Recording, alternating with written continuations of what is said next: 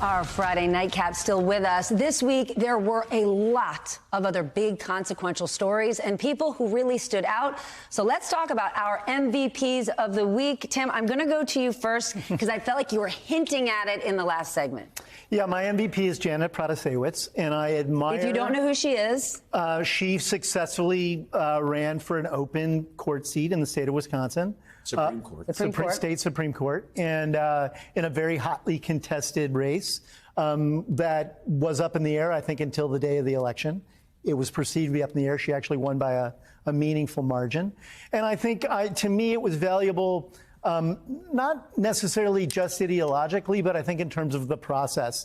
I think the GOP has gerrymandered itself into having one-party rule in the state legislature. I don't think you want one-party rule in the judiciary as well. And I think that's bad for the process, regardless of what side of the aisle you sit on.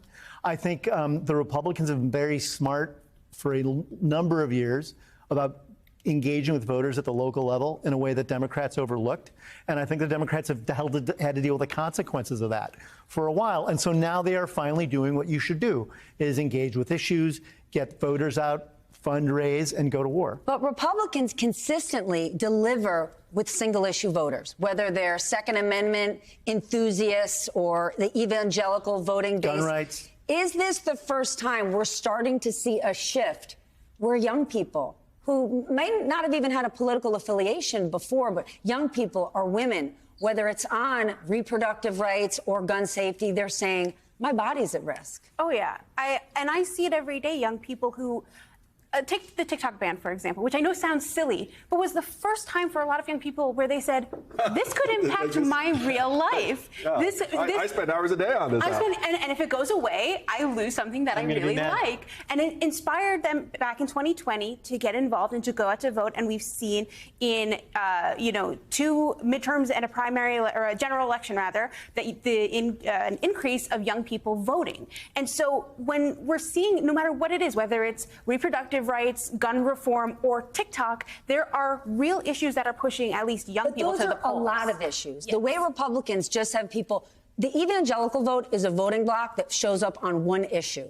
Will Democrats be able to deliver that kind of passion when it comes to either gun safety or abortion?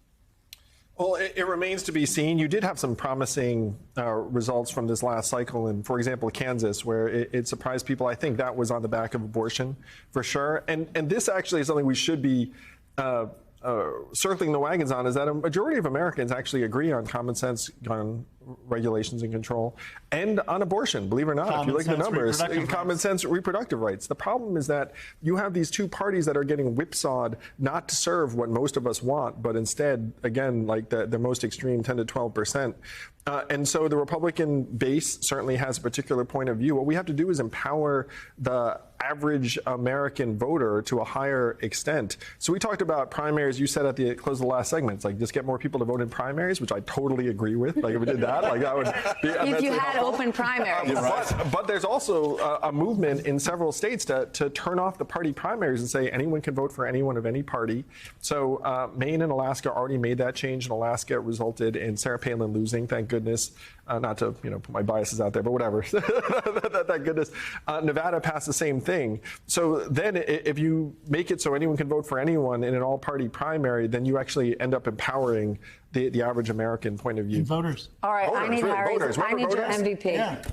The thing that I was absolutely captivated by this past week was women's basketball. Yes! And as I'm married to a woman who's been a sports reporter since the late 80s and walked into a Dallas Cowboys locker room in 1987 to report, she said, none of the reporters who are there actually want to be there because it stinks. And people literally. It's kind of an awful, steamy, nasty place. But you get your questions done, you get the hell out of there, right? It's not a place anyone wants to hang out, so to speak. So women's basketball in total, or amazing. Was it LSU? Was it LSU coach's sequin suit? What was it? Honestly, a lot of it had to do with the level of play, which was so amazing, especially in the final. Both teams, LSU in the paint and on the outside. I get goosebumps thinking about it because it was so exciting. And the ratings went through the roof. They had more people watching playoff games in the NCAA women's tournament than normally watch the NBA on ESPN. You go, girls. How about yours? So my MVP of the week is Dylan Mulvaney. For people who don't know Dylan, Dylan is a trans influencer. She documented her transition with her 365 Days of Girlhood. And it's a difficult time, I think, in this country to be a trans person. And Dylan lives very authentically online. And everyone who watches her can say, I know someone who is trans.